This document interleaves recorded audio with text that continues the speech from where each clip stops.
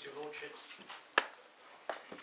Your lordship was invited to address you in relation to paragraph 45 of the judgment. And Mr. White was that's the issue of pragmatism, and whether it was Mr. Svoboda's point that if the learned judge was of the view that it was practical to make such an award, whether this was not a paragraph which was uncomfortable. Having read the paragraph again, whilst the learned judge was merely citing the principles in relation to bullet, it doesn't, in my respective submission, read as an acceptance per se that this was a case where it was practical or practicable to make a multiplier award.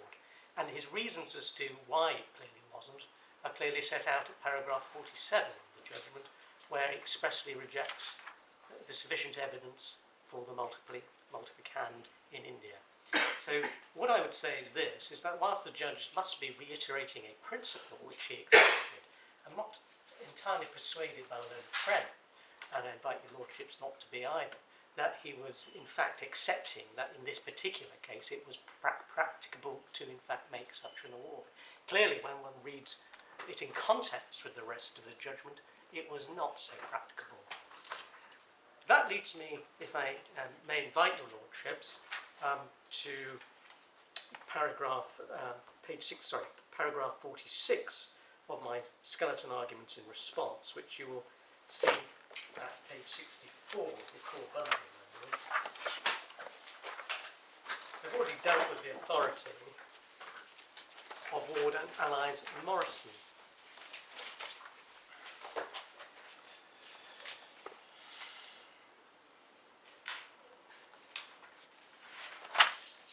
There is also, if I can take you over the page 15, to the issue of the Smith and Manchester Award. Well, clearly once the judge had decided that he expressly rejected the multiplicand approach, the alternative left to him, once he'd decided that a Blamire approach was appropriate in respect of future loss of earnings, was to also make a Smith and Manchester Award in respect of the disability, which he rightly, in my respectful submission, classified as slight. The judge was correct in my respectful submission, and certainly not wrong to award a lump sum for disadvantage on the open labour market. This is where, if I can invite your lordships to one of the documents which is contentious, but I'm not sure why it's contentious, because this was in evidence, of course, at trial before the trial judge, and I invite your lordships to the unagreed defendant's bundle. So why are we looking at this? Well, my learned friend is suggesting that the learned judge ought to have made a Smith and Manchester Award, made a multiplicand award for disability, and to have found that the claimant was essentially fully disabled. For that, I'm inviting your lordships to the orthopaedic evidence, the joint statements and the pain experts, by way of background, to demonstrate to your lordships that the judge's conclusion... I thought that, I may be wrong, but I thought that Mr. Swoboda had accepted that if he loses on his first point, yes, which you've been addressing up till yes, now, practical or not, that issue, yes, then so if he loses on that, this point falls away. If he wins on that point, then he wins on this as well. yes. So why do we need to examine it separately? I mean, it all seems to me, I may be wrong, it all seems to me to turn upon this first line of argument. I respectfully agree. Well, have I misrepresented, Mr. Swoboda, have I misrepresented you? No, not at all. Well, then I don't see myself. I don't see in that case, I can shorten the argument. In that case, can I just deal with the point in relation to cross-examination? Yes, ground two. And deal with that ground two. It's worth noting these points, if I may. Firstly, the documents in relation to earning capacity which was the letter from Summit Shind and the Internet Print Acts, which I've invited your Lordship to consider in your Lordships, when your Lordships consider the case as a whole. The first time these documents were ventilated and drawn to the trial judge's attention was in submissions. Now, it's just... I was writing something down. What was the, what were the documents? The letter from Summit Shind, The which... letter? Yes. Can you give me the email? If I can take you exactly to the letter. It's at page 143 in the supplemental bundle.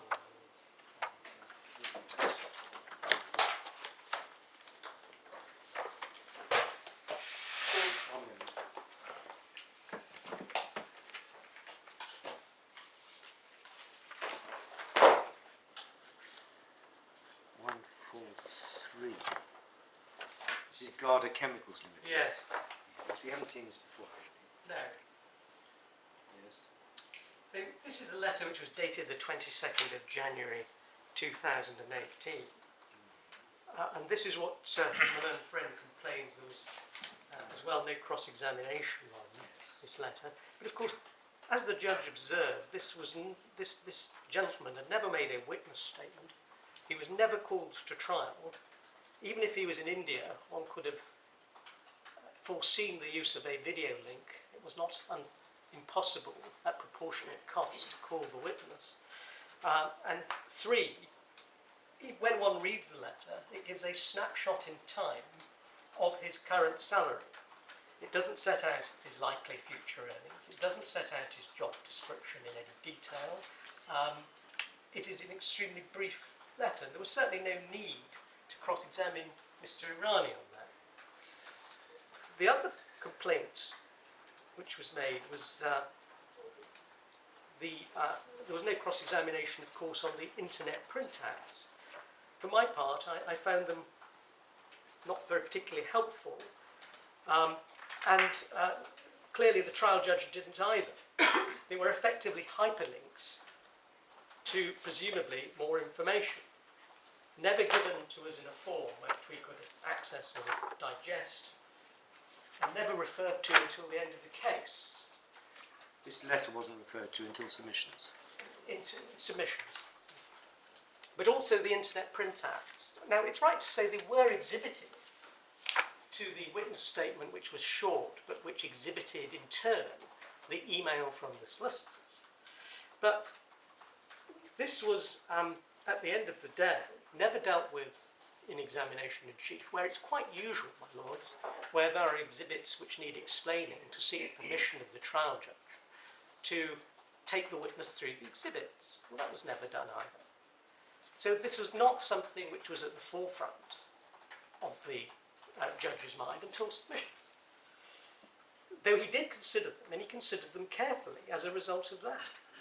But if the claimant's complaint is that the claimant was, if he'd been cross-examined, could have elicited further information which would have supported his case, that lies ill in the mouth of the claimant to hold against the defendant for these reasons.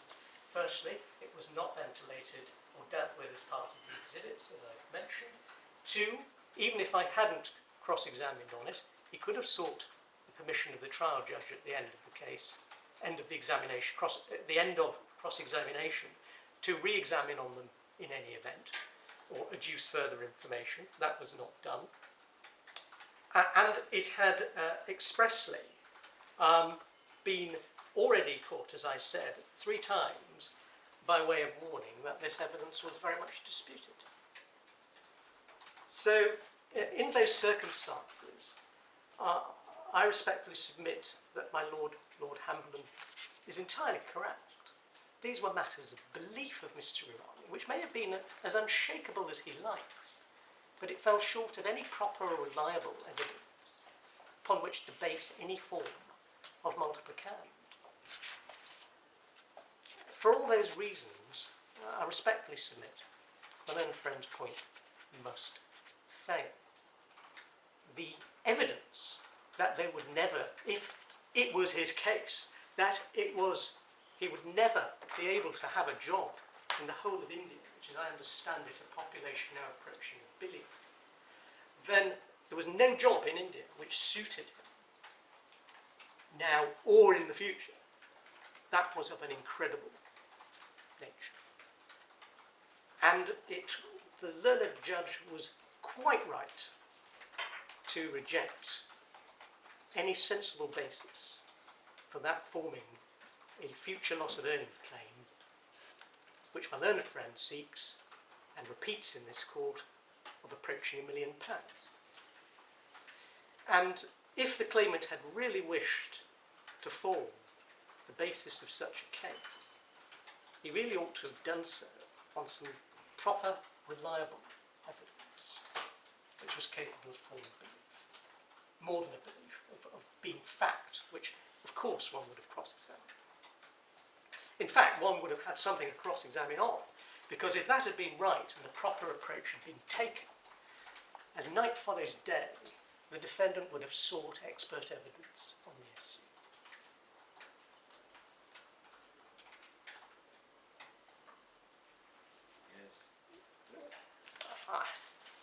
So in relation to that, the foundation of it, this appeal, when one turns on, when looks at the core of this appeal, it's really the judge's reluctance, within his discretion, not to accept very limited beliefs which have been placed before him. And that gives rise to the whole grounds and remainder of the appeal. And once your lordship see through that, the rest of the appeal falls. Those are my submissions. Well, you've got your response. I do. Well, are you going to Would deal you like with me to deal with that now? I think you should deal with that now. Yes. My lord, Yes, we do. would you like to hear from my learned friend on that before dealing with any points I have to make on the Well, claim? I thought then you could deal with both points. that Yes. was all. Yes, Yes, I'm happy to do it. My lord, the defendant's appeal, the judgment on grounds which begin with an offended appellant's notice, page 84 of the court document.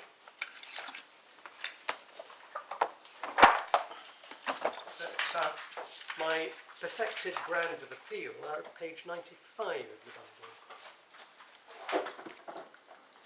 There's a single ground of appeal, my lord. Yes. In short, if I can say it this way, the judge never ought to have got to this stage if he had applied the proper but-for test in relation to causation of the loss. Now, the first point, of course, was this mere quantification or was it causation? The whole issue, or the substantial part of the loss of earnings claim, right from May 2000 or June 2015, right through to trial and in the future, the majority of the loss all depended upon whether, in fact, Mr. Irani had been made redundant on true grounds, or whether, but for the accident, or effectively whether he'd been sacked, as he put it in his schedule of loss. Because, first of all, if he'd been not been sacked by reason of the accident, but there were other grounds for which he would have lost his employment, then in those circumstances he would have had an interruption to his 5 years continuous employment, thereby losing, according to the employment experts, and they were largely agreed on this, his indefinite leave to remain in the United Kingdom. And as it is contended that the majority of his loss arises from, not from disability so much, he was earning full time, able to do his job properly, largely, with disability which was slight. The experts were all agreed about that, and it wasn't contentious at trial. Then in those circumstances, he would, if he had to return to India, he would have always had to return to India, and such the accident was not the cause of the majority of his loss. For that reason, this was a matter of causation, of practically the whole head of loss, rather than mere quantification. Mere quantification would have been if he would simply, for example, we were discussing the future prospects of a promotion, and that would certainly go to quantifying a particular loss. But what the judge had to decide here was whether, in fact, the loss had been caused by his accident. In other words, but for the accident, would he have been made redundant or sacked for reasons other than the employment, other than the accident? And in doing so, the judge, albeit appearing to accept my submission that this ought to have the but-for test applied, effectively appeared to stray into the area of industrial disease, which no party had raised before, and discussed with Mr. Svoboda, but not with me, in closing submissions, the line of authority which begins with Bonington Castings and Fairchild in Glenhaven, and appeared to apply a material contribution, or alternatively a material consideration test, to the issue of the causation of the claimant's loss of employment.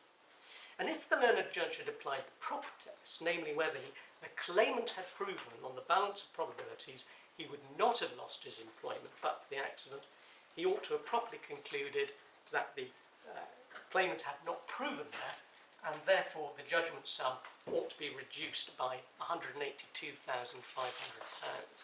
That is the ground of appeal, and in support of that, my skeleton argument appears at page 98 of the bundle, my lords.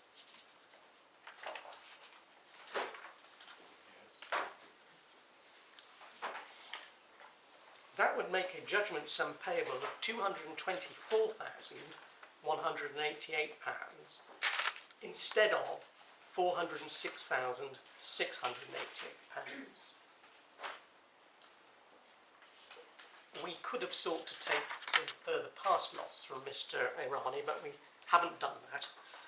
We're simply basing this appeal in relation to the future loss. So, my lords, the above awards of damages, which is set out at page 99 of my skeleton argument, arose because the claimant contended that on the 15th of June 2015, BNL UK Limited, not in any way connected with the defendant, dismissed him on the ostensible ground of redundancy, as they claimed by reason of his injuries or continued incapacity as a result of the accident. We took the step here, therefore, of calling Mr. Mark Goldsmith, the engineering director at the time of the claimant's termination of his employment. I have invited your lordships to, by way of background, see the witness statement of Mr. Goldsmith. You're saying he applied the wrong test. Yes, he did. But that means we need to look at his judgment. The background is to do with facts. You're not saying, if he applied the right test, you're not saying he didn't understand the facts. No, I'm not. So why don't we just go to the judge and see what he said? My lords, as I say in paragraph 11 of my skeleton argument, the whole team of 3 people were made redundant. There were potentially a number of competing reasons as to the reason for the termination of the employment of the whole team. The evidence of Mr. Goldsmith was that the claimant was performing satisfactorily and to standard. And his employers were paying him at the time of his redundancy only for the actual work he undertook. He was working back 4 days per week rather than the 5. The evidence during Mr. Goldsmith's, or the evidence of Mr. Goldsmith was that this was effectively, that Kevin Smith had had some difficulties. He had been passed over for promotion and was effectively rather disgruntled. And there was another third team member, Bryony Wilkes, who was also terminated at the same time. So in other words, the entire team forming the new technologies research department at BNL were made redundant at the same time. Their employment was terminated at the same time. The judge appeared to accept, paragraph 13 of my skeleton argument, that the submission, my submission, that it was not enough that the judge should find that the redundancy was a sham. He concluded on the facts. On the facts, he concluded on the balance of it was probable that Mr. Irani had been dismissed actually because he wasn't performing up to scratch, rather than because of a genuine redundancy. That's a finding of fact. I'm not sure that's what he said, my lords. Well, are you challenging that finding? I say he didn't actually. Yes, he didn't actually find that. He found it was a material consideration, or a material. That's why I said, can we look at his judgment? Yes. Can we just see what he says? Yeah.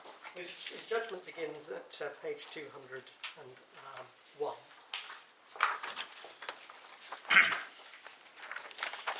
I'm sorry, page 195. My lords, where he actually says this is page 201, paragraph 28, 30 and 32, 34 and 35. Can I take you through those? The question is whether there is sufficient evidence for me to conclude that Mr. Irani's redundancy was caused or contributed to by his injuries. Mr. Goldsmith was not a director at the time the decision was made to Mr. Irani. I think he means being made redundant. You can read all of this. You, don't have to, Yeah. you want us to read it through again? Yes. We have read it. Right. We've read all of this. Yes, my lord. So he used the words material consideration at paragraph 28, paragraph 30, Yes. paragraph 32, where he says the underlying reason or one of the reasons. Whereas I respectfully submit what he had to find was it was the operative or effective reason in order for the but-for test to be met. Here, he said... I'm slightly confused about this. Maybe entirely my fault, Mr. No, I'm sorry, my lord. If it's... The first question, the question which was a question of fact, was whether or not the sacking, if I can put it like that, or the dismissal of Mr. Irani was pursuant to a proper redundancy or not. He reaches his conclusion on paragraph 34, first sentence. In my view, the redundancy process adopted by BNL to close the new technology centre was a sham redundancy. Yes. That's a finding of fact. Yes, I acknowledge that, but it was a two-stage process.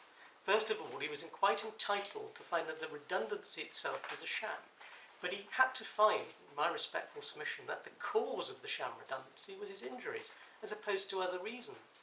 And other reasons, the redundancy process was, on the facts, predetermined, but it didn't necessarily arise because of Mr. Irani or his accident. There were 3 members of the team, my lords, who were all made redundant or sacked at the same time. And my learned friend did a very good job, if I may say so, of exposing the fact that on the documents, combined with the cross-examination of Mr. Goldsmith, that the redundancy itself was a sham process. It was a sham because they wanted, it's in 34, isn't it? It's a sham because there was a downturn in the work and Mr. Irani, amongst others, was not performing at scratch. I'm satisfied that the fact that Mr. Irani had not returned to full-time work some considerable time after the impact on his work was a material consideration behind the decision to close the department pursuant to a sham redundancy. But what's wrong with that? Well, because I respectfully submit it wasn't enough for him to find it was a material consideration. He had to find that it was the effective or operative. But if it was a sham redundancy, why otherwise? Well, for that I wanted to take you to the evidence of Mr. Goldsmith, because there were a number of reasons why first of all, they wanted to get rid, as I put it, of Bryony Wilkes, who was not performing satisfactorily, and Kevin Smith as well. So if you were going to get rid of 2 of the 3 members of the team, it was quite possible that they would have had to have gotten rid of Mr. Irani in any event.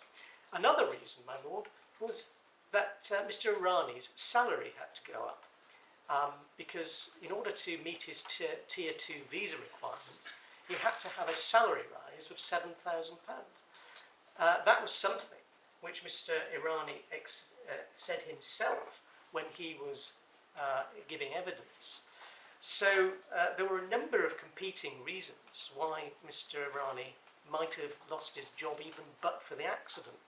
And what I invited, and thought that the learned judge was with me on, was to be able to say or hold, and but for the accident, I find that Mr. Irani wouldn't have lost his job. But I respectfully submit that's not what he said. He said this was a material consideration or a material contribution to it. Well, as I say in my skeleton argument, material might well still be a small contribution. Now, unless the judge finds, well, this was the bit which pushed it over the edge and made Mr. Irani redundant, which he did not, then it is not the effective cause, operative cause, of his loss of his employment. Now, I'd invited, both in my submissions and in my skeleton argument, that the judge ought to find on the but-for test. Instead, when he was when my learned friend was conducting his submissions, he took Mr. Swoboda to the line of authority of his own motion of the industrial disease cases. Would your lordships like to see that? Well, I just want to see where we are then. So you're saying that although it was a material consideration, that wasn't enough. It had to be what, the sole cause? No, not the sole. It had to be the straw, effectively, which broke the camel's back. It had to be but for. It would be wrong in law of me to say it needs to be the sole cause, because that's not the law, as I understand it, in relation to causation. But what the judge had to find was that but for the accident, notwithstanding there were competing causes, it was this that led to Mr. Irani being dismissed as opposed to being re-employed elsewhere. Well, Mr. Madden, in your submissions just a few minutes ago, you did at one point use the phrase, you posed the question as being whether there was sufficient evidence to prove that the redundancy was caused or contributed to by the injuries. I was reading out from what the judge said in the judgment, but in actual fact I never put it on the basis of contribution. I had checked very carefully my skeleton argument, and it was the reason why we got the submissions transcript.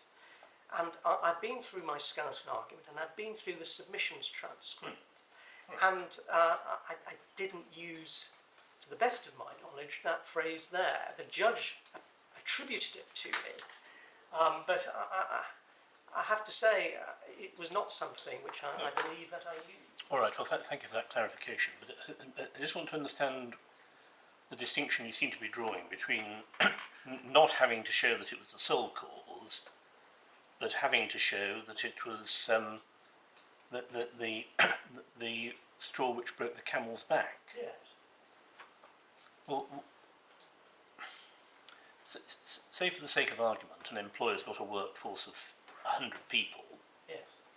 and is looking to make 10 of them redundant, and one of the workforce is injured and not able to perform properly, and he's selected for redundancy. Yes. Well, why isn't that a case of there being two concurrent reasons for the redundancy? Number one, somebody had to be redundant. Number two, he was an ideal candidate because he wasn't pulling his weight. Because if he'd been made redundant in any event, in other words, unless the injury and his failure to perform by reason of the injury was the effective cause of the loss of his employment, then, in my respectful submission, the tortfeasor ought not to be held liable for the losses that flow from it. The clear test is, but for the accident, would he have lost his employment in any event? And that's what the judge failed to deal with. There can be numerous causes, but unless the judge finds that but for the accident, it was the operative or effective cause of the loss of his employment, then, in my respectful submission, no loss should flow. And that's what the judge effectively failed to find on this occasion.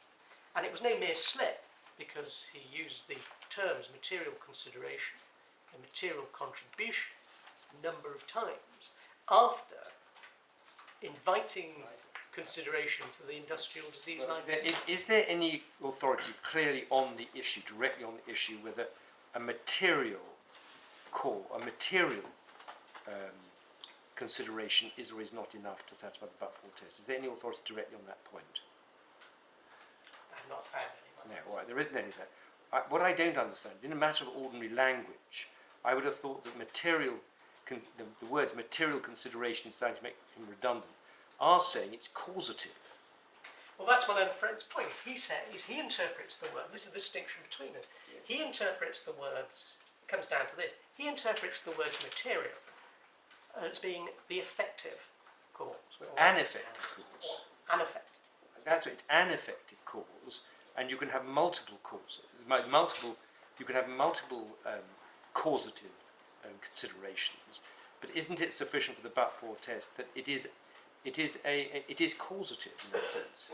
But if let's say there What is are... the answer to my question? Sorry, is it sufficient that there are several causes of which this is one? Only if it's the operative or effective cause of the loss. So it's one of the operative causes. That together they're operative causes. Is that not sufficient? I submit no. Because the loss just doesn't flow.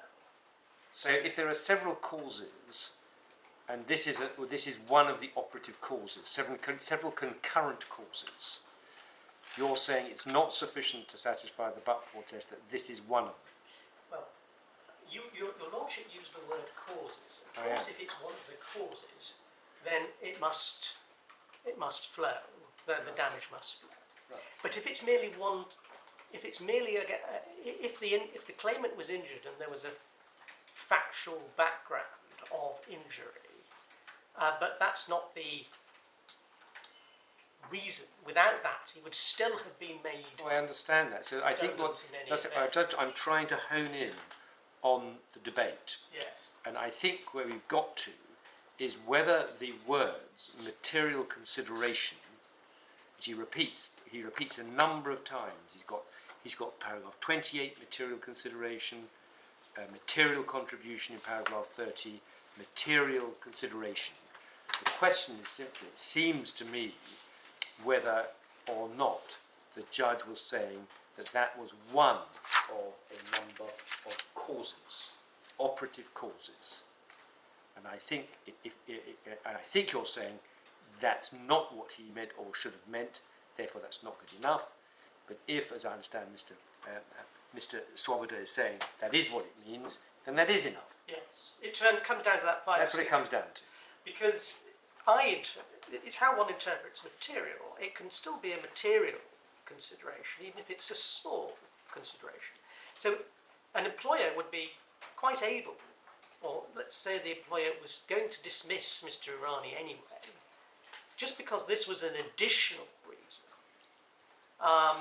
but he would have been dismissed anyway, then the loss doesn't arise from the accident. So the court must consider all the reasons, Yes.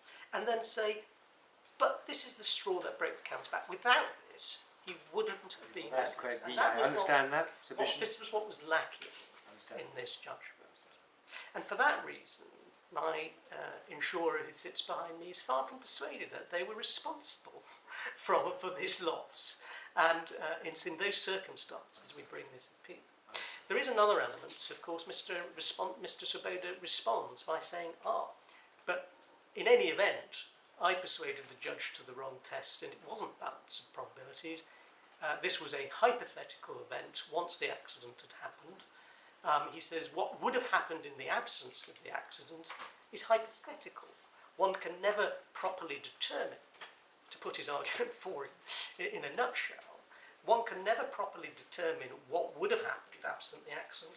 Therefore, the court should have in fact looked at the chance of it being made redundant if the accident hadn't have happened anyway. And that's what the respondent's notice is about. That seems quite complicated. Yes, it does.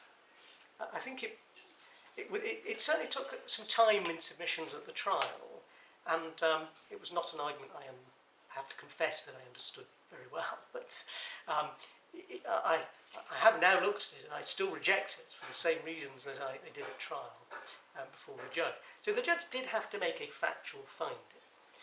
And he just failed to make that factual finding, that but for the accident, Mr. Irani wouldn't have lost his job. So he failed to calculate or weigh up all the potential reasons and then say, but without this accident, I decide that Mr. Irani wouldn't have lost his job. Now, it was a difficult decision, but judges are used to making difficult decisions all the time and interpreting states of mind of parties who actually were before the court.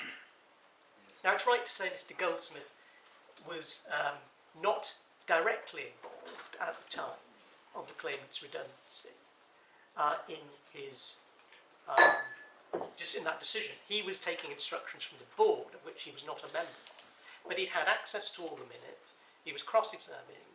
He gave evidence.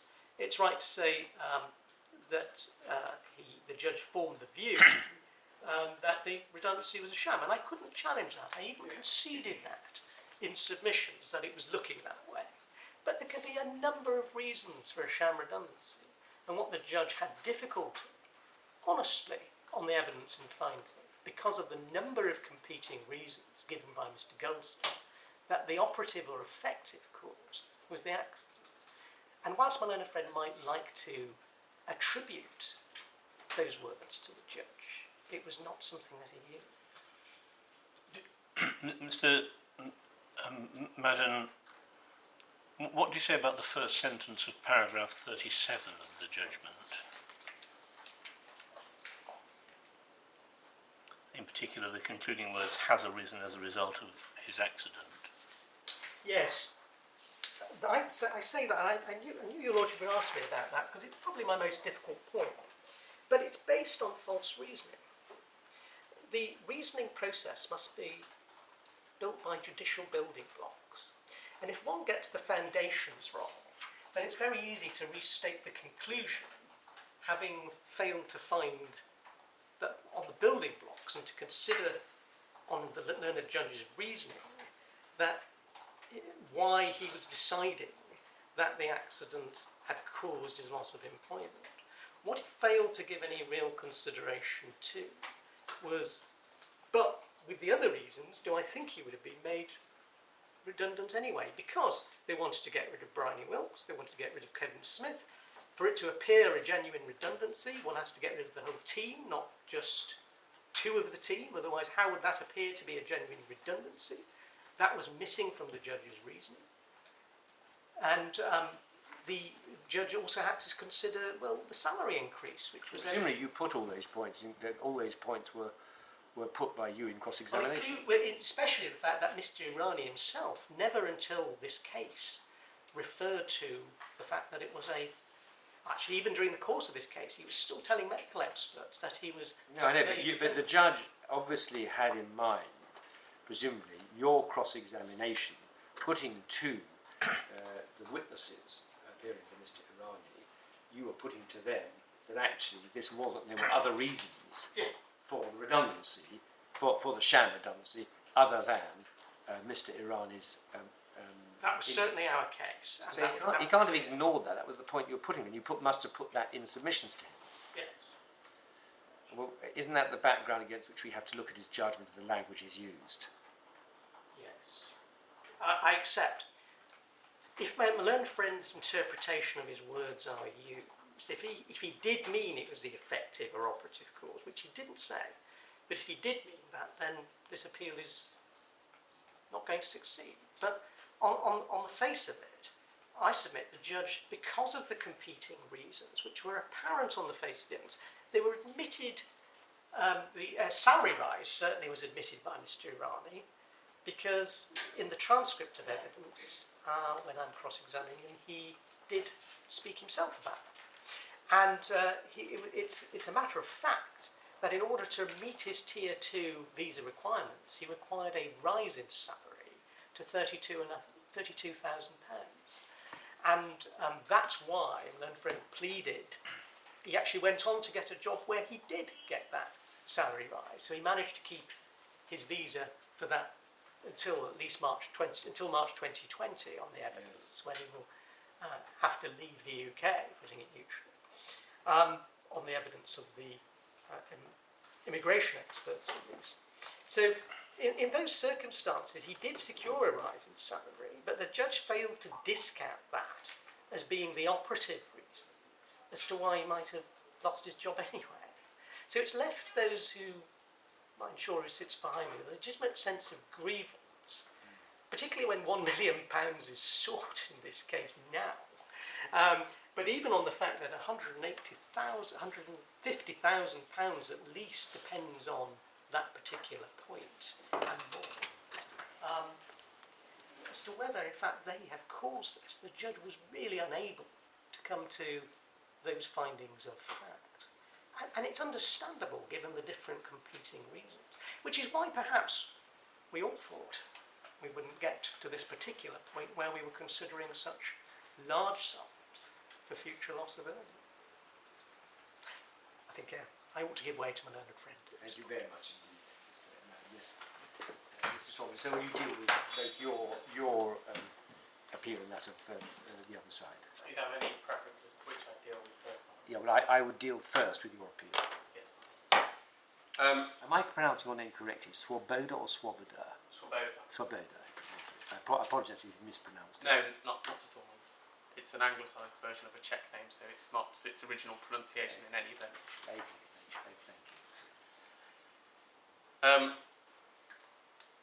My Lord, may I deal then with my learned friend's submissions in respect of the claimant's appeal? My learned friend places heavy reliance on the case of Ward, the case of Ward and Allies, Morrison Architects, the Court of Appeal Authority, this court's decision which came after the case of Bullock. My Lord, the points that I would make about that case are that it confirms the principle which I seek to persuade your lordships is the correct principle, that a multiplier and multiplicand approach should be used unless there really is no alternative. And the second point is that the facts of that case were wholly different to the facts of this case. My learned friend in passing made reference to the fact that at paragraph 22, which is at page 32 of the authorities bundle, it was noted that the judge had not found that a loss of earnings had been proved at all, which is a wholly different set of circumstances to the circumstances which arise in this case. And it is the case that no multiplier and multiplicand award could be reached because the judge was unable to articulate what the multiplier and multiplicand award should be, which is again to be contrasted with the circumstances of this case. Insofar, my lords, as my learned friend seeks to rely on this case to argue that there is some broader point of principle which first requires any claimant to prove each and every single aspect of the future before a multiplier and multiplicand award can be made, I reject such a submission. That isn't what I would submit the Court of Appeal was saying in the case of Ward. It isn't the correct approach to take. The correct approach, if it's on a career model basis, in other words, where you're taking the baseline of what the particular individual is likely to achieve, you consider what their future looks like. But of course there are uncertainties, and of course there are matters which are simply impossible to resolve. It's impossible for any tribunal to say what the future may hold for an individual for the rest of their lives. It's just a matter of being able to come with enough certainty to a conclusion as what the relevant components are so as to be able to make a multiplier and multiplicand calculation. And that's exactly what the learned judge did in this case. My lords, there was a number of occasions where my learned friend managed to slip in submissions to the effect that Mr. Irani's disability was slight, or words to those effects. I reject any submission and would invite my lords simply to take into account, if you're interested in the extent of the injuries insofar as disability is an issue, to consider only paragraph 5 to 22 of the judgment. There was a point raised about £15,000 being awarded by the learned judge for immigration advice. May I just provide some background as to that? The case, as originally pleaded, was to obtain advice for the Article 8 claim, that being the potential route identified by my learned, the immigration barrister instructed by the defendant in this matter, Mr. Duchon. However, upon research, it transpired that there was no legitimate basis for any Article 8 claim, and effectively that claim was abandoned at trial, and the judge himself proposed a award for future immigration advice. I don't think any criticism can be made of either Mr. Irani or myself on accepting that, because to look a gift horse in the mouth in those circumstances would be wholly artificial. I can see, having said all of that, I can see that it does create a tension within his judgment. The third point that I'd wish to deal with is that my learned friend refers to inadequate evidence on the residual earning The capacity. point I was making about Spira's Article 8 claims, Yes. for what it is worth, is that over something like 90% of the applications for permission to appeal in immigration asylum cases fail in this court, Yes. which is an astonishing statistic. Indeed, my lord, and perhaps Mr. Irani, who provides instructions himself, says that he would not wish to pursue any application not on the grounds of its merits, but for an ulterior motive, namely to try and extend time, so it's to his Well, credit. I don't see what part this plays in the central argument. No, I agree and accept that point, my lord. And I apologise if it was therefore an unnecessary use of time. In terms of whether the evidence on residual learning capacity was, as my learned friend calls it, inadequate or in fact more colourful language still, this is exactly the type of evidence that one would see for residual earning capacity in this type of case. My lords, you have the 95 pages of the website search for Monster India. You have two job searches from India from his undergraduate professor. That's at the supplementary bundle at 141 to 142, and the job searches are in the supplementary bundle at 55 to 140. You have Mr. Irani's notes on why immigration to identified third countries wasn't going to work out in the circumstance of his case. And you do also have the letter from Sumit Shind. My lord, I take the point. It would have been better to have Mr. Shind provide a witness statement. But that doesn't convert the evidence that is appended to Mr. Irani's witness statement as to being wholly inadequate. It's not wholly inadequate.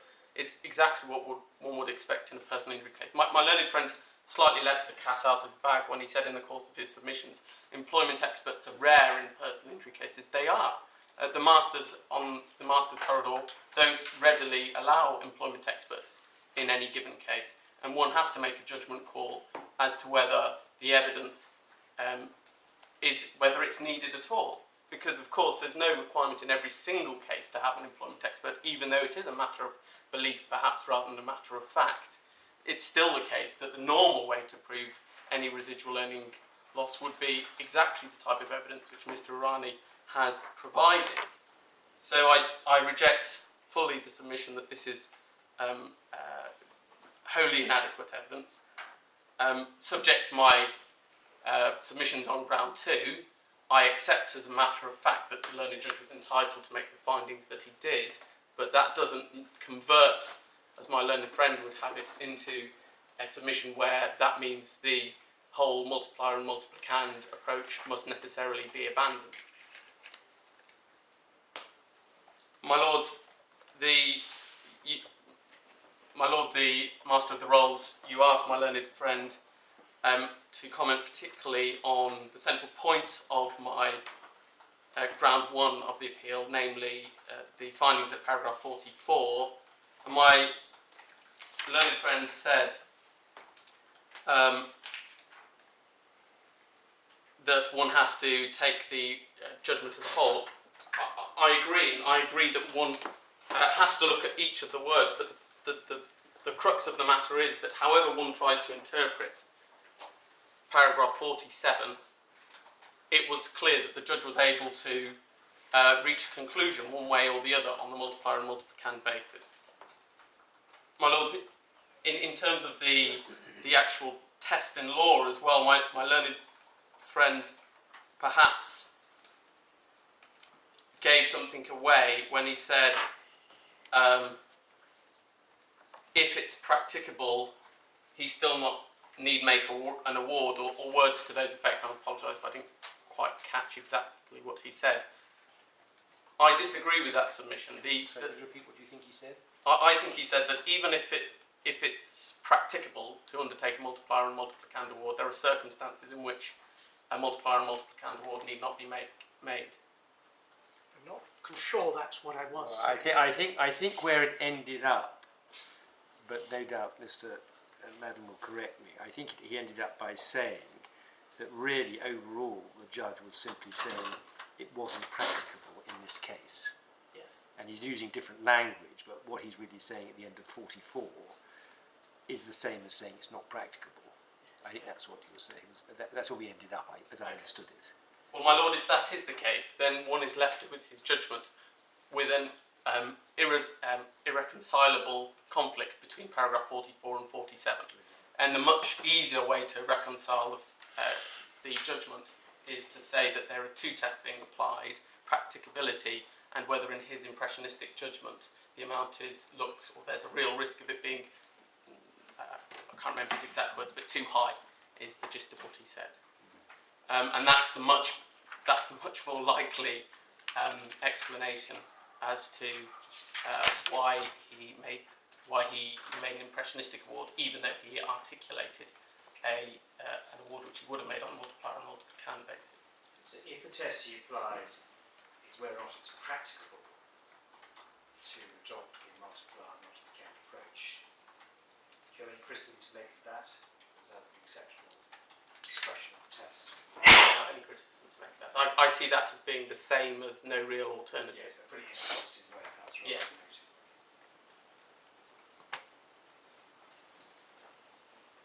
My Lords, moving on to ground 2 of the appeal, can I deal with this point of the claimant's case on the residual earning capacity being a matter of belief, and therefore that being a reason that there was no requirement for my learned friend to challenge Mr. Irani on the point?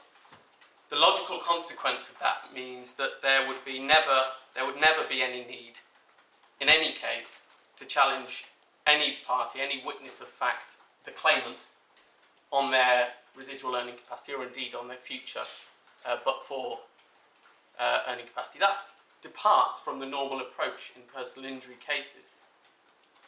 The normal approach is that if there is a case being put forward by the party as to what their residual earning capacity is and their but for earning capacity, then there has to be a challenge to it.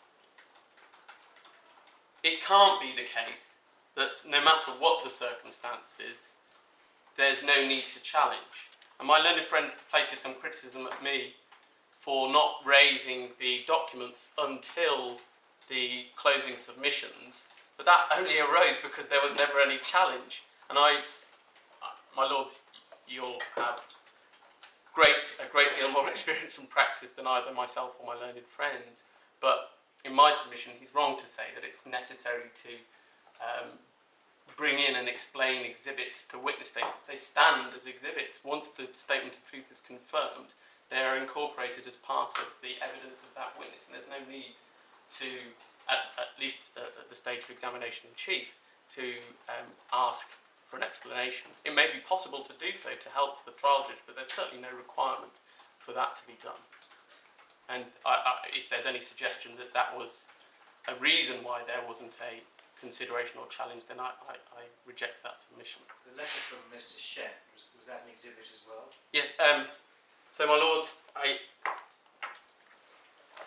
I just want to be a bit careful about that, because I didn't see the reference to it in the email which I invited my lords to read. Would your lords permit me just for one moment to turn my back? Of course.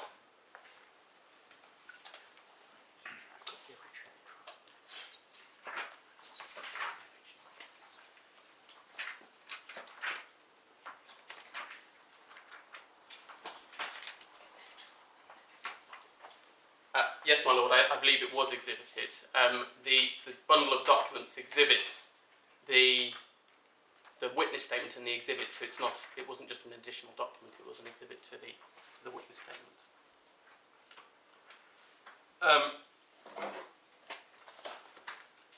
My lords, just there's one other point that I wish to make, and if you'll forgive me, it just requires a brief consideration of the transcript of Mr. Irani's oral evidence and how my learned friend chose to deal with the matter. So if we turn, my lords, to page 74, and it's in the bundle which contains the application from the claimant dated the 16th of August 2019. So this is not agreed. This is the not agreed document. Although I think there was a concession by my learned friend that he himself relied on it at one point and said he saw the relevance of. So this is in the unagreed Yes, it is. unagreed documents bundle. There are two, unfortunately, one for the claimant, one for the defendant. So it should be the one with the application notice on the first page. Yes. Defendant's bundle. The claimant's bundle. Well, they said they both have an application. I think that looks like the right one, my lord. The blue folder. This one is transcript of oral evidence. Yes. That's that one. Yes. Apologies, my lord. I didn't realise they both had the application notice. Yes.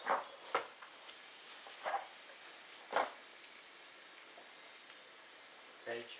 Page 74, and it's the page numbers in the bottom right-hand corner rather than the middle.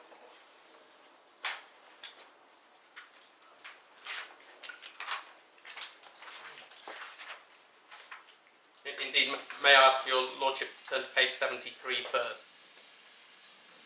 And it's on page 73 by letter F.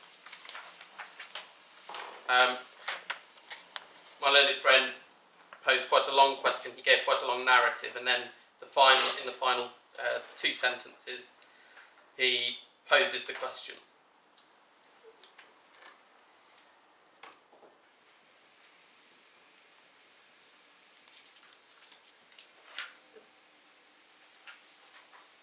The question, my lord, which was posed was obviously nothing to do with the residual learning capacity, even though the narrative makes some reference to it. The question that's posed relates to whether Mr. Irani could have found a job more quickly than he actually did, and thereby retained or not prejudiced himself in respect of his immigration status. My lords, Mr. Irani answers that question, and then if we turn over the page at paragraph D, he says he says reluctant to go to India, and my lords, if you read from that section, you'll see how he deals with the narrative part of. Which letter is it? Just above letter D, it's a sentence beginning. Of course, the chances are slim. Page 74. Yes, I've got it. Thank you.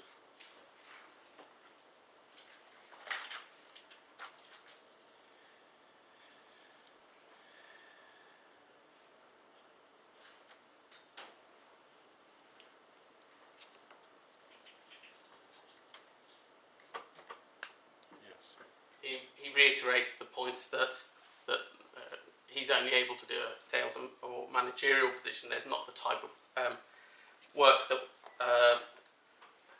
fit his niche set of qualifications, and he was never challenged on any of that. It was never suggested to him that, in fact, an alternative case was true. If we go on, you'll see that it's at this point that my learned friend asks the question about the growth rates in India, and that it exceeds the United Kingdom. Perhaps unsurprisingly, the learned judge intervened at that point because he didn't see the relevance of it, and neither do I. This is the high point. Mr. Madan, my learned friend at this stage, in answer to the judge's question, says, "It is in the counter schedule, my lord, that he has got to show some loss arising if he did have forced to return to India against his will.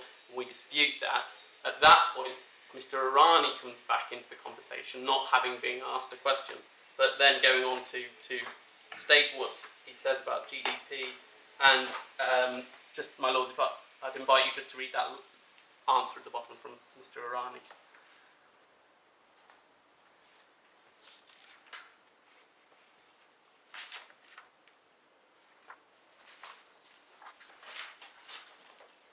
My lords, we turn over the page and you can see Mr. Irani's response, and the next question posed by my learned friend moves up the subject onto the future care needs, or in fact of domestic assistance, which was a part of Mr. Irani's case. That's the extent of whether there's any cross-examination on the residual earning capacity. 2 points I wish to make about that. My learned friend seemed to identify the need to challenge Mr. Irani on the residual earning capacity because that's what's apparent from his exchange with the judge.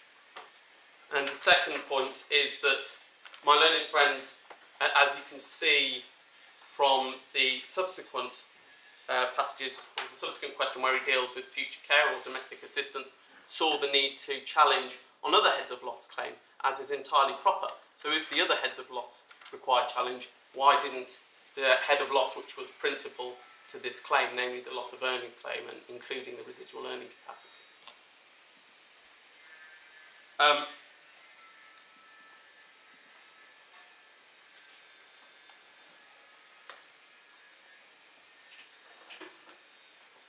My lords, I think you'll have this point, but my learned friend said at one point in the course of his submissions that Mr. Irani is saying that he could never get a job in India, or I think what he meant was never get a job to match his skills. But of course, it's not and never has been Mr. Irani's case that he'll not get a job in India when he goes back. He will get a job, of course he will, because he will need to continue to live, and that's why there is a residual earning capacity pleaded. The question is what jobs are available to him with his niche qualifications. Are there any jobs which match his niche qualifications? And if not, what type of work is open to him? That's what he expressly dealt with at paragraph 140 and in the evidence which I've taken my lords to, and which was unchallenged not only in the course of cross-examination, but there was unchallenged evidence in oral evidence itself, my lords. Propositions put forward by Mr. Irani upon which there was never any comeback by my learned friends. My lords, unless I can assist further, that's my reply in respect of the claimant's appeal. My lords, I think I can deal with my learned friend's appeal quite briefly. The issue, it seemed to me, boiled down to how this court should interpret the learned judge's words, material or material contribution. And with that in mind, my lord, can I ask you please to look in the Defendant's Authorities bundle at tab 4.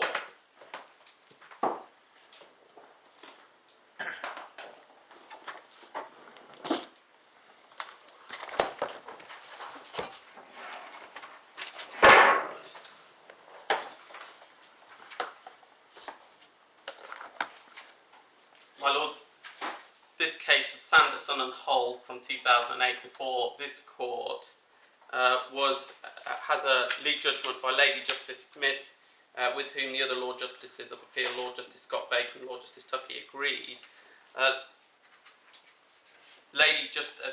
The issue, my lords, in this case arose from a case where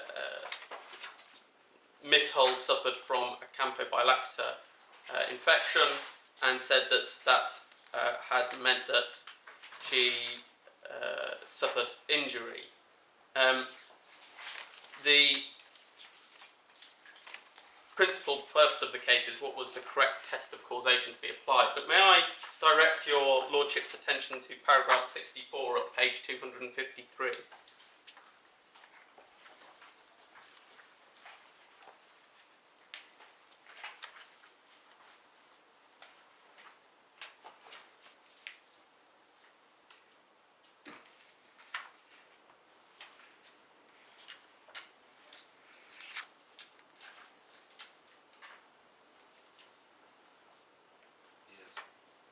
My lords, if the words materially contributed are good for Lady Justice Smith, they should be good enough for this court of appeal too.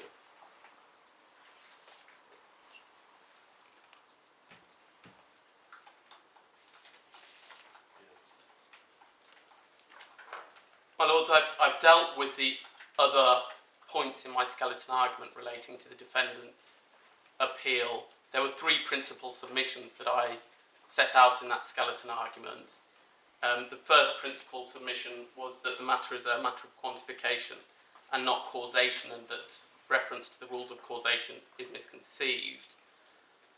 The second principal submission is that the judge clearly did find that Mr. Irani lost his jobs by reason of his injuries on the balance of probabilities. And the third principal submission is that this is an appeal against a finding of fact which shouldn't be permitted.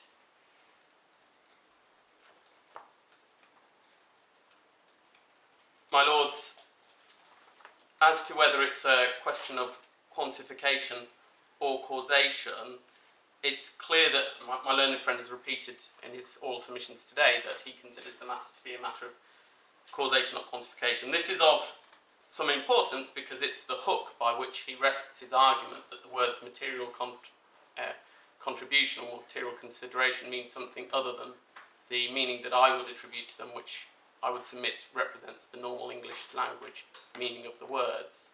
Whether it's causation or quantification, the issue we're looking at was, the judge looking at, was why was he made redundant, which was a matter of historical fact. Yes, that's an interesting point, my Lord. The question wasn't, in fact, why was he made redundant? The question is, would he have lost his job but for the accident? And that's the counterfactual. Side of the question. Well, it's not entirely the flip side. I've given that some thought, my Lord, and I can see how the why question may be highly informative, but it might not always answer the point completely. And that's what gives rise to the additional reasons put forward, which my Lords, I say this now, in terms of the respondent's notice, I only ask you to consider those additional grounds if you are against me and you consider that my learned friend's cross-appeal ought to succeed. Right, I'm just trying to understand this. So what are these additional grounds we should take into account if... So there's a respondent's notice, my Lord, and in the respondent's notice I have made two points, and so I'm saying I'm inviting you only to consider them if you find against me on Mr. Madan's appeal, and that I raise that because it deals with the issue that my Lord Hamblen raised a moment ago as to whether this is a past event and therefore is properly decided on the balance of probabilities. I'm entirely content to deal with that point, my Lord, if it's a point that you would wish to hear from me on now or indeed at all.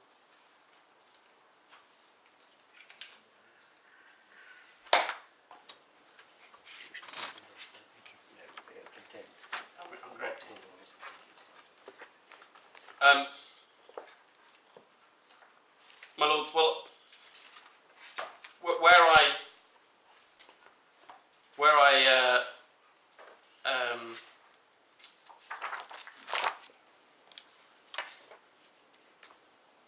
I've said the reason why the difference between causation and quantification is important in the context of this appeal, because it reflects the hook that my learned friend hangs the appeal on, and it's on that basis that he said the words material contribution mean something different to their ordinary language. This is clearly a question of quantification because, as Mr. Madan identifies in his cross-appeal, the matter goes to the loss of earnings. He says also to the £15,000 awarded for immigration advice, the relocation costs, and he would say, but I would dispute, the loss of amenity. In other words, there are specific elements of the assessment of damage which they go to. They don't go to proof of damage, they go to the assessment of damages, and it must in those circumstances be a matter of quantification. My Lords, I've set out in my skeleton arguments the case of Smithhurst and Sealant Construction Services Limited, which is a Court of Appeal case from 2011 behind tab 5. That neatly distinguishes between matters of causation and quantification. My Lords, if this is an issue I which... just want to try to understand this. This is not... we're not now on your respondent's notice. No, we're not. So we're back on the cross appeal. Yes, my lord. His cross appeal. And you've made your submissions about the meaning of material contribution. Yes. You've made your submissions on that. Where does this other point come in? Well, my Lords, this only is relevant is really if you consider if Mr. Madan's appeal is causing trouble, because it's of relevance to why his interpretation of the words material contribution are incorrect. It's he's imbuing them with a special meaning which the judge didn't imbue them with, and we know that because the judge found in paragraph 31 of his judgment that the matter was in fact a matter of quantification, and therefore Mr. Madan says when he uses the words material contribution, that must be a reference to the Bonington Castings Limited line of authority. Well, that can only be right if it's a matter of causation and not quantification. So that's the relevance, my Lord. I'm trying to fit that into the analysis. I think where we got to with Mr. Madden on this point was that he accepted that if this was if it was a cause, Yes. That was sufficient. Yes. But if it wasn't a cause, it was simply incidental. Yes. Other causes, that wasn't enough. And he says the judge doesn't make it clear, at best the judge doesn't make it clear which it is. Yeah. But he says the words material consideration and material contribution aren't enough to denote a cause as such, one of a number of causes. Yes. Well, I think in that case... But I'm not sure, so I'm not quite sure where your other Yes. quantification point comes in here. well, I think that's probably because Mr. Madan's submissions have moved on in oral submissions from his written submissions, where there was much more emphasis placed on this being a rule of causation. My Lords, if we've moved on, then there's... But all I want to make sure I understand Yes. the points you're making. Yes. And you either win or you lose on that. I'm not quite sure whether you're saying, if you win on that point, Yeah. as I understand, that's the end of the cross appeal. Yes. I'm not quite sure whether you're saying if you lose on that point, there's some other subtle... No, I'm not. That's not the point. My point is this, that you can be sure that I ought to win on this point because of the mistake that my learned friend has made on causation and quantification. I'm saying it goes to the issue, but ultimately I accept my Lord's point that the judgment is the best place to look for what the learned judge meant. But so it's a We'll relevant... look at your skeleton, Yeah. and we'll study that. I'm grateful, my Lords. My Lords, would it be helpful for me to provide my analysis of the judgment? I have set it out in my skeleton, but I'm if it's likely to be of assistance to you, then I can go through that analysis orally. What is the highlight of this point? The highlight is that you can be sure that when the judge used the words material or material consideration, that he was making a sufficient finding for him to find. Well, just briefly explain why you say All right. Yes. those. Yes. My Lords, if we look then please at paragraph 37, which is the paragraph that my Lord Holroyde took my learned friend to, which is page 202 of the core bundle.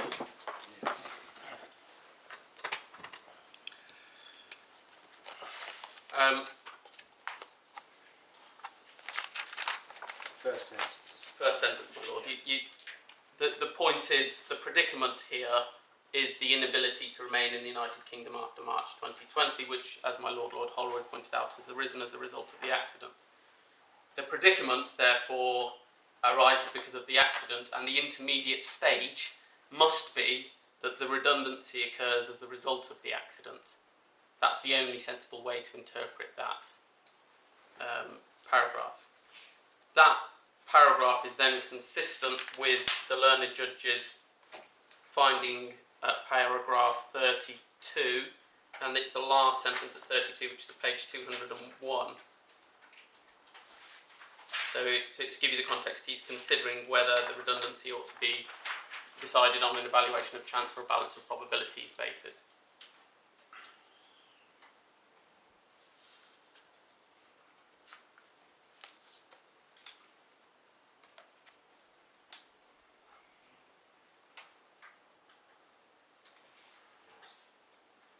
If the learned judge is able to decide on the balance of probabilities and says he will decide the issue on the balance of probabilities, we can be, or this court can be satisfied that he did in fact find on the balance of probabilities.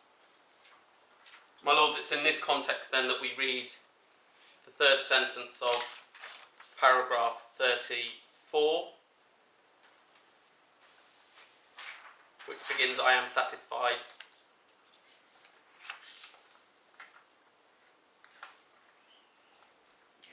And the natural and ordinary meaning of the word material consideration must mean that it's an effective or operative cause. The first sentence of paragraph 35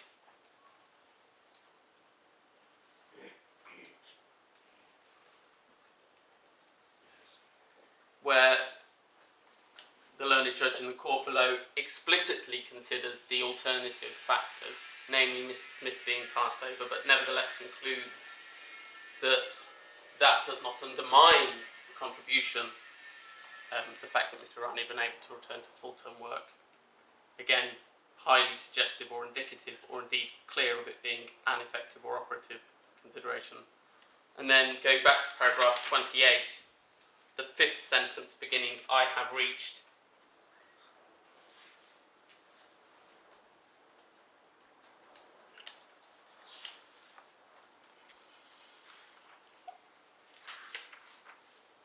Where is that? It's about halfway down paragraph 28 on page 201.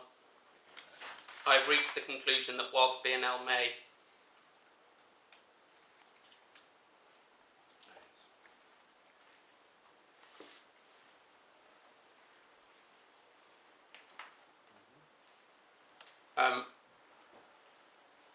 again, my lords, when read in its full context here, and bearing in mind the findings that he makes at paragraph 32 and 37, the learned judge can only mean that the material condensation was an effective or operative cause.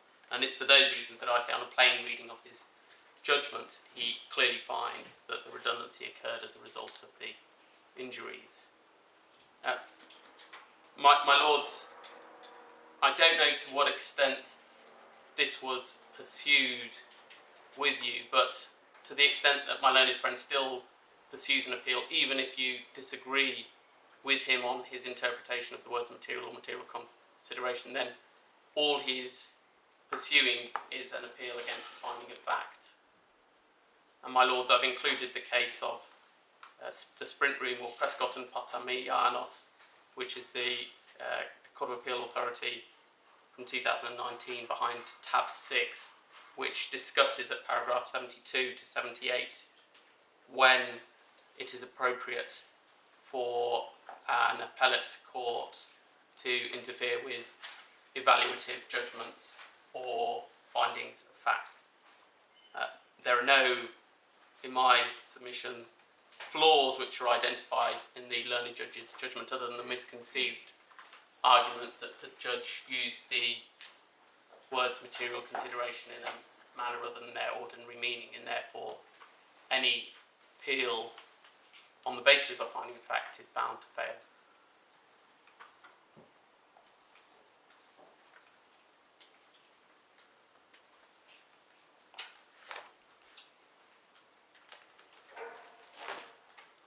My lords, as I said, there is a respondent's notice with two further reasons.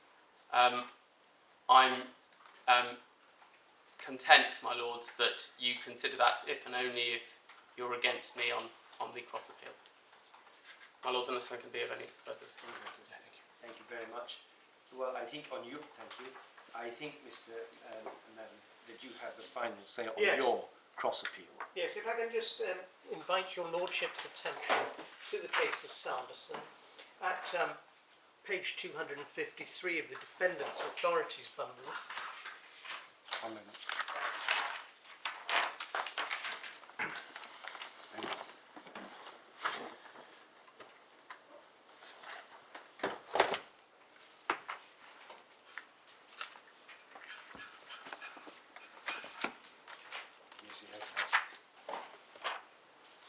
My Lord Sanson was a case where there were a number of competing causes for the claimant's poor and fortunate infection when she worked in a factory involving food. And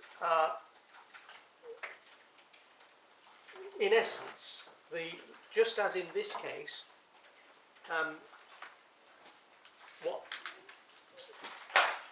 the court held at paragraph 62 was this. If findings of this kind had been made, it would have been open to the recorder to hold that on the balance of probabilities, Miss Hull would not have been infected. So there were a number of competing reasons for her infection.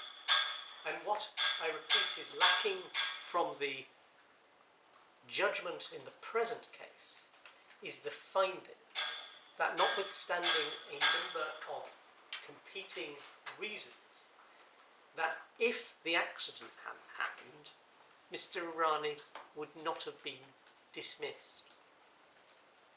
And the point is really as simple as that.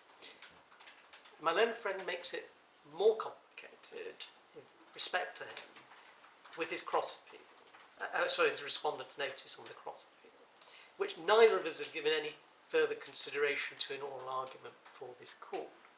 Because my learned Lord Hamblen's instinct that this is clearly a factual situation which arose, which the judge had to make findings of fact on the balance of probabilities, was precisely my submission to the learned judge at trial.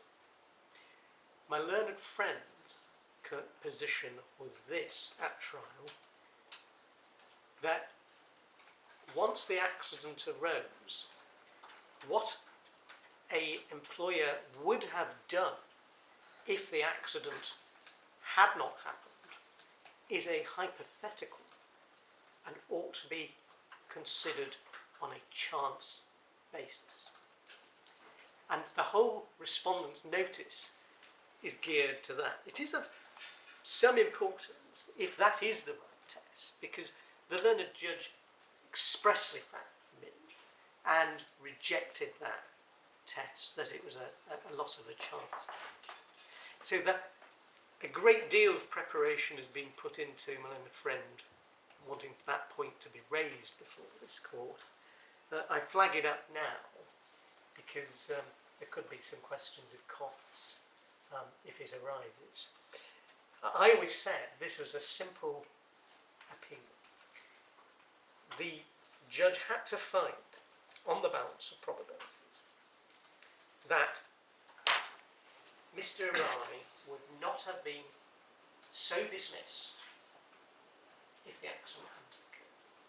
One can look for this endlessly in the judgment, but that is not a finding. That is, my appeal, if you agree, succeeds. If it doesn't, it's ought to be dismissed. Simple as that. Thank you very much indeed. My lords, there is one other thing. If my learned friend's appeal succeeds, and we haven't addressed it before you, but I feel bound to raise it as to what the discount rate between appeal and trial ought to be. Because obviously, this might be of some interest to your lordships, if your lordships wish to lay down any guidance in respect to this, whether the appeal, my learned friend's appeal, succeeds or not, because it is something upon which there is no appellate authority.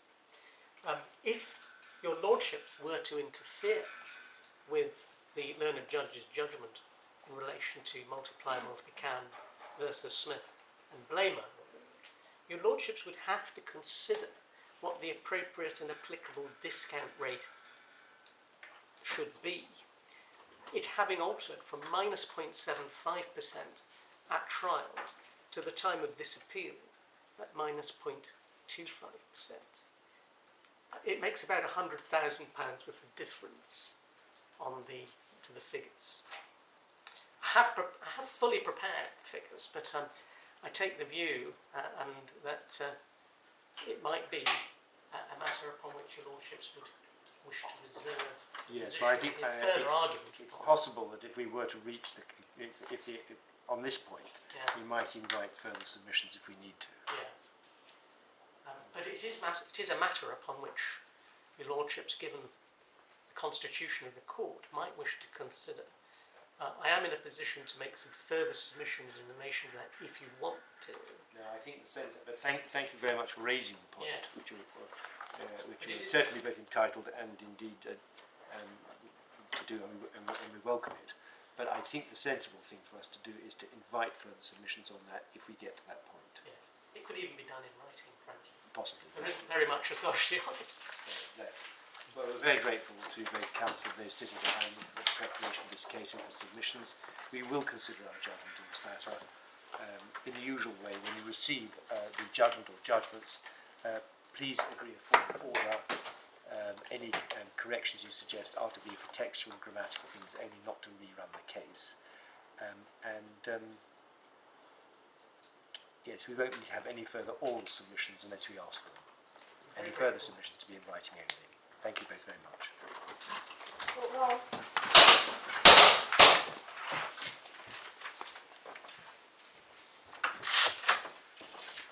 This judgment.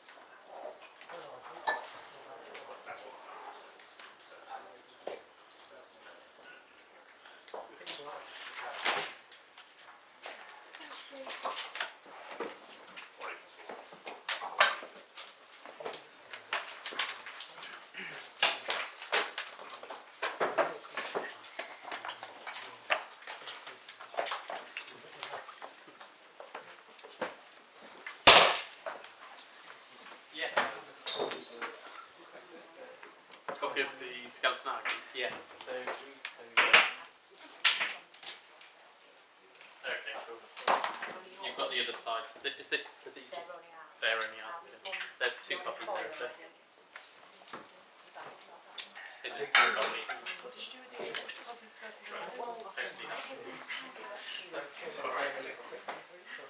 You've got they're just there. I don't know whether to encourage.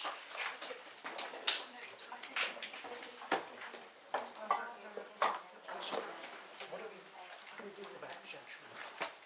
Will they like to have 6 months?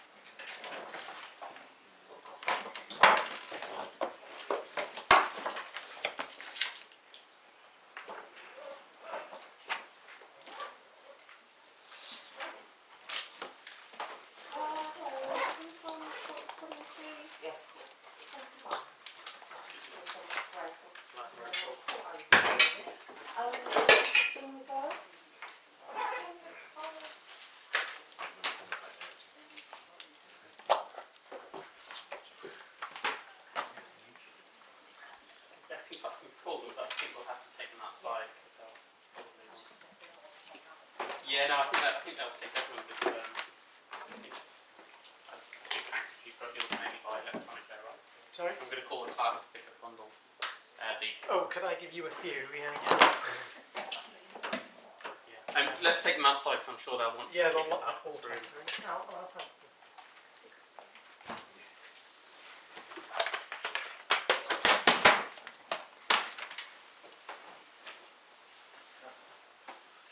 Oh, hi Linda. This is Lucy. I'm talking that's what I meant.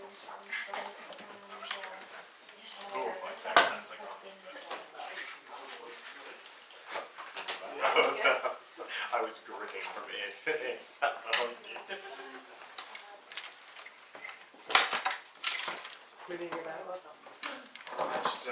Just, some of my hard work, hard-earned research. Oh, right, okay.